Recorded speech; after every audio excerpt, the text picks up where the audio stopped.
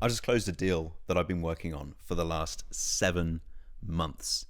And I wanted to sit down and talk to you about this tonight because I think there are a couple of key lessons that we can take from this, both in sales and in life in general.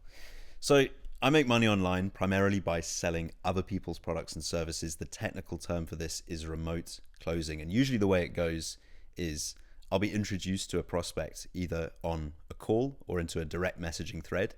And usually that's going to be over within one call, two calls, or up to about a week or so of texting back and forth on the direct messaging thread, right? That's usually how fast the sales cycle is. That's how fast it goes from introduction to closed or not closed, no fit. But every now and then, after that initial reaction, the prospect isn't necessarily ready to close just yet. And it is very important that we're not forgetting about these deals and letting them just go by the wayside because they didn't close quickly.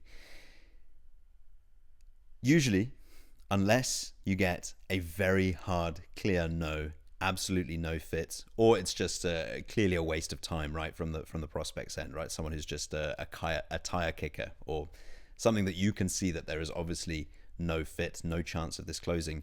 We don't want to be taking no for an answer within the context of sales and within the bounds of general human decency and respect. Like I say, if someone gives you a hard no, please don't contact me again, this is not a fit for me, then you want to probably respect that. But anything short of that, we don't want to be letting those fall by the wayside. And sure enough, every now and then, something will come round after, I don't know how many touch points since May, but a lot. And that will eventually close. And it's pretty rare for something to close after that long, right? Usually the leads that are most likely to close are going to close the fastest, right? It's just the way it goes. And I've spoken about this before. What I'm always prioritizing on a day-to-day basis is what I call the low-hanging fruit. These are the deals that are simply the closest to closing, the closest to handing over money and getting the deal done. And we don't want to be prioritizing these leads that aren't ready, but we absolutely don't want to be forgetting about them, because to forget about these leads is to literally just leave money lying on the table. And there's two components to this, right? The first is not forgetting about these leads. And what that comes down to is basically CRM management. So the CRM is the system that we use to keep track of all the open deals, all of the open prospects that we currently have. And what that is, essentially what it comes down to is basically scheduling regular touch points with these leads, with these open deals, so that they're not getting forgotten about. When I worked in corporate tech sales, back when I had a 9 to 5, so many of my peers were not exercising what they call CRM hygiene. And this is basically keeping up that system, keeping up with old leads that you don't want to forget about. And in doing so, they were clearly leaving a lot of money on the table, a lot of potential money on the table, right? Not every lead is ready to close right away. Some of them need work, some of them need time, and some of them need a lot of time, as was proven evident to me tonight. So we don't want to be forgetting about these leads. Absolutely important, and you can use systems to keep track of that. You don't have to just keep it in your brain. To try and do that is to set yourself up for failure, right? It might be possible, but why make life harder for yourself? You're just inevitably going to start making mistakes if you're doing it that way. So we systematize this, and we keep track of all of these open deals, and we schedule in regular touch points. Now, excuse me.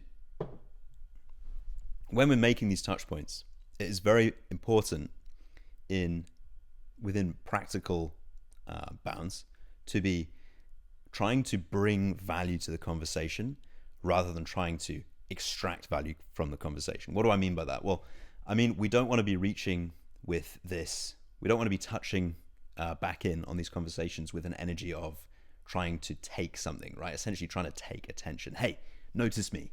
Hey, how you doing?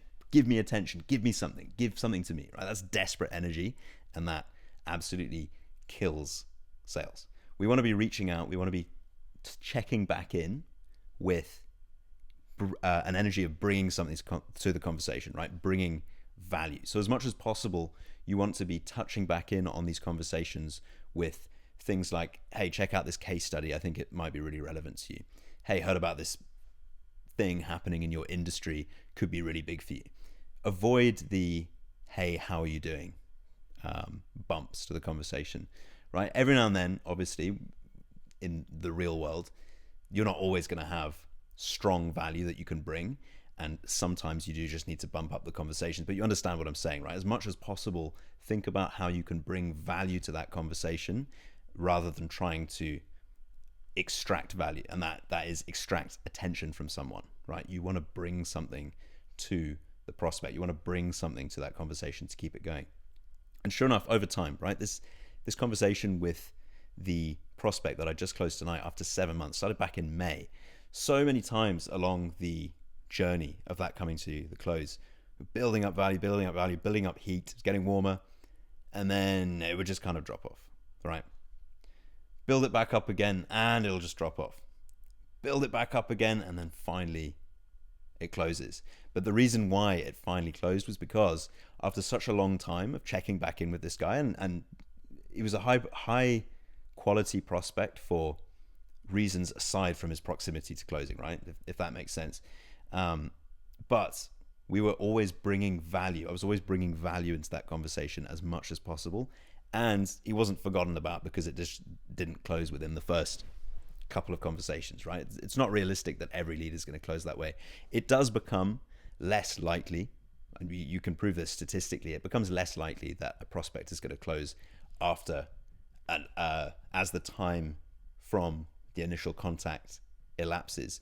But absolutely don't want to be forgetting about these deals, and absolutely always want to be bringing some value into that conversation, checking in regularly, but not checking in with an energy of wanting to just get attention from them, checking in with an energy of, hey, we want to help you. I'm bringing you value already for free, right? It's free value, and moving the conversation forward in that way.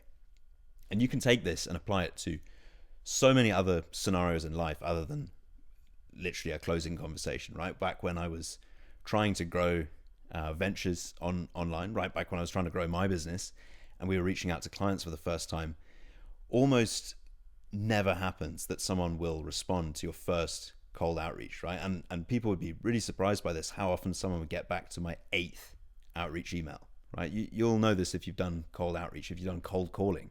It's pretty irregular that someone will actually buy from you on the first time you cold call them, right? Often it takes multiple touch points, but you can really extend that out. As I say, we don't take no for an answer in sales.